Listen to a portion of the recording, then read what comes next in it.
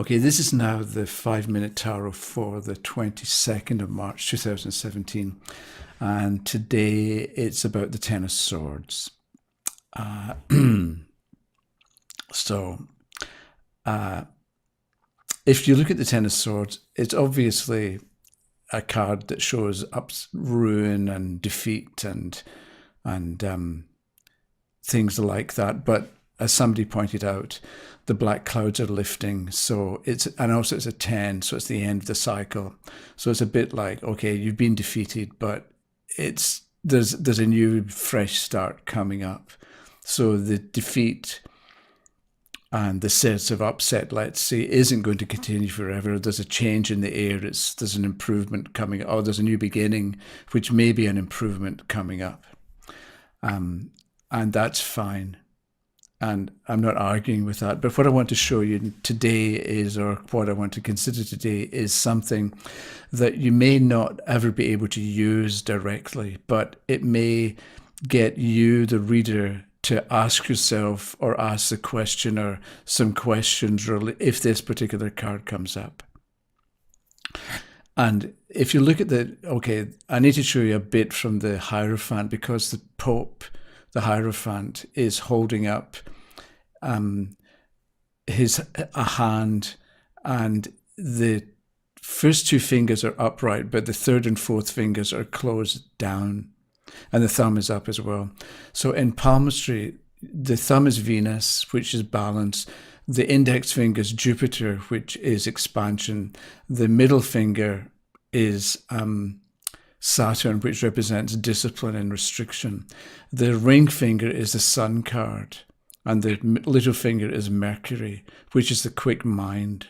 So the Hierophant is holding up the Jupiter and Saturn finger. So let's say he is promoting balance between expansion and contraction, between discipline and things, and having things easy and having luck. But there's no thought involved because the Mercury finger is bent over. And there's also no sun, which can mean the sun, as I was taught, astrologically represents the God creative force. So it's not your own personal creative energy. It's more the idea that there is life, and there's life wants to express itself. And you can think of it as nature. And I'll get to that in a minute. So in the Ten of Swords, if you look at the hand of the person who has been defeated, if you do a close-up of it, you see that the hand is being drawn, and I suppose deliberately, in the same way as the hand in the Hierophant. And it's a bit like whatever the person, so you can look at the card and say it's defeat, but maybe what the reader does is think, why was there defeat? And it can be because the person tried to expand and contract, because the Jupiter and Saturn fingers are still extended, but there was no thought, because the Mercury fingers bent over, and there was no big picture, or there was no life actually in what they did. So maybe what the reader does is you get the questioner to think about what was missing and what they were trying to do without that got them into a position of being defeated. So let's say it's a relationship. So you wanted to spend money and you wanted to save money, but did you really think about what the relationship was for, and what the natural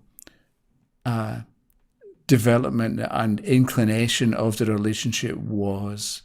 And because you didn't think or apply thought, and because you didn't didn't cooperate with the essence or the quality of the relationship, that's why it failed. And so it's kind of awkward. It's kind of difficult to speak about this, but I was thinking about what to say, and I remembered this quote from a long time ago from Goethe. And so I'm going to put it on screen, and it can be something for you to think about, that you can maybe incorporate into questions and answers, even though it's I imagine, not something you want to start with. Okay, so this can be something that you end up with, or something that you use as a doorway to other type of thinking, rather than something that you bring up at the beginning of the reading, or something that you pass on to the questioner, because it can be a little bit harsh. Because Goethe said, "Nature understands no jesting. She is always true, always severe, always serious. She is always right, and the errors are always those of man. She despises the man incapable of appreciating her." And this is a good bit. "And only to the apt, the pure, and the true does she reveal her secrets."